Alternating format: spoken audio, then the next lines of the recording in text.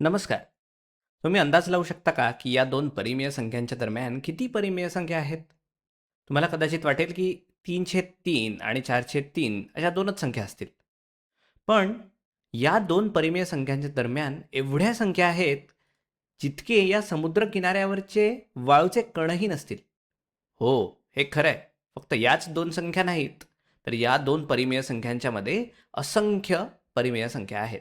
चला, हे कसं ते मी तुम्हाला दाखवतो. तर आपण या 2 संख्या घेऊया आणि आपलं उद्दिष्ट इथे अशा संख्या शोधण्याचं आहे, ज्या एका संख्येपेक्षा मोठ्या आणि दुसऱ्या संख्येपेक्षा लहान असतील. हे करण्यासाठी पहिली पद्धत म्हणजे जर छेद समान असतील, तर फक्त अंश बदला. या उदाहरणात दोन्ही संख्यांचा छेद 3 आहे, त्यामुळे आपल्याला फक्त अंश बदलावा लागेल. म्हणून आपण 3/3 आणि 4/3 असे घेऊ शकतो, ज्या 5/3 पेक्षा लहान आहेत. आपण आणखी काही करू शकतो का? हो, नक्कीच करू शकतो. आता आपण आणखी संख्या कशा शोधू शकतो ते पाहूया. मोठ्या छेदाचे सममूल्य अपूर्णांक तयार करा आणि मग फक्त पहिल्या पद्धतीची पुनरावृत्ती करा. याचा नेमका अर्थ काय आहे? तर आपण या अपूर्णांकाला किंवा या परिमेय संख्येला एका सममूल्य परिमेय संख्येत रूपांतरित करू शकतो. याचा अर्थ मी याला 2ने अंशात आणि छेदात गुणून 4/6 असं मिळवू शकतो आणि याला अंशात आणि छेदामध्ये 2ने गुणून 10/6 असं लिहू शकतो. आता पुन्हा आपल्याला समान छेद मिळालेले आहेत. आपण याला 6/6 असं लिहू शकतो अंशात आणि छेदामध्ये 2ने गुणून आणि याला आपण 8/6 असं लिहू शकतो आणि आपण मधल्या रिकाम्या जागा भरू शकतो. आपण आता या 2 मधली संख्या 5/6 अशी लिहू शकतो. या 2 मधली संख्या 7/6 अशी लिहू शकतो आणि यांच्यामधली 9/6 अशी लिहू शकतो. आता तुम्ही बघू शकता, की आपल्याला आणखी काही संख्या मिळालेल्या आहेत, ज्या 2/3 आणि 5/3 मध्ये आहेत. आता आपण हे आणखी एकदा करूया. आणखी सममूल्य अपूर्णांक शोधण्यासाठी अंश आणि छेद वाढवूया. तर आपण याला 8/12 असं लिहूया. तर आपण इथे 8/12 मिळवण्यासाठी अंशात आणि छेदात याला 2ने परत गुणलं आणि याला सुद्धा अंशात आणि छेदात 2ने गुणून 20/12 असं लिहिलं. आता हे 10/12 होतील, हे 12/12 होतील. आपण काय करतोय, आपण अंशात आणि छेदामध्ये 2ने गुणतोय. इथे आपल्याला मिळतील 14/12, इथे मिळतील 16/12 आणि इथे मिळतील 18/12. आता आपण पाहू शकतो, की इथे मधल्या जागा आहेत, त्यामुळे इथे 9/12 असतील, इथे 11/12 असतील, इथे 13/12, इथे 15/12, या दोनमध्ये असतील 17/12 आणि इथे 19/12. आणि आता आपण बघू शकतो आपल्याकडे आणखी अनेक संख्या आल्यात आणि तुम्ही कल्पना करू शकता, की आपल्याला हव्या तितक्या वेळ आपण हे करत राहू शकतो. ही प्रक्रिया आपण अमर्याद वेळा पुन्हा पुन्हा करू शकतो. याला कोणतीही मर्यादा नाहीये. हे कायम 2ने गुणत राहू शकतो आणि हे कुठेतरी थांबलंच पाहिजे असंही नाही. म्हणूनच 2/3 आणि 5/3 मध्ये या दिसणाऱ्या संख्या तर आहेतच, पण अमर्याद संख्या आहेत, ज्याला आपण अनंत संख्या असंही म्हणतो. म्हणूनच या संख्या समुद्र किनाऱ्यावरील वाळूच्या कणांपेक्षाही जास्त असतात. त्या अमर्याद आहेत.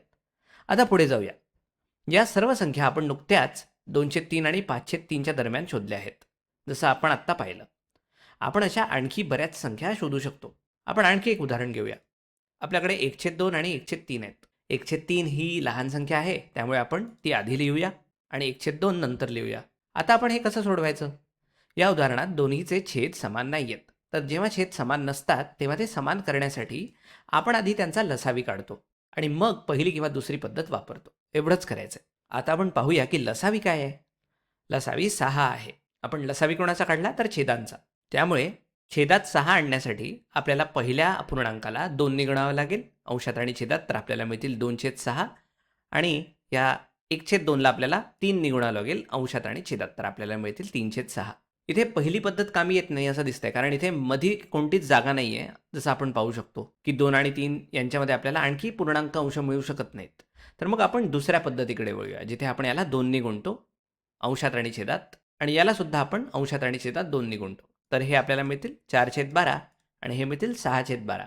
आता आपल्याला या दोनमध्ये 5/12 ही संख्या मिळते. जसं तुम्हाला माहिती आहे, की आपण हे असंच पुढे करत राहू शकतो. पण तूर्तास आपण पुढे जाऊया.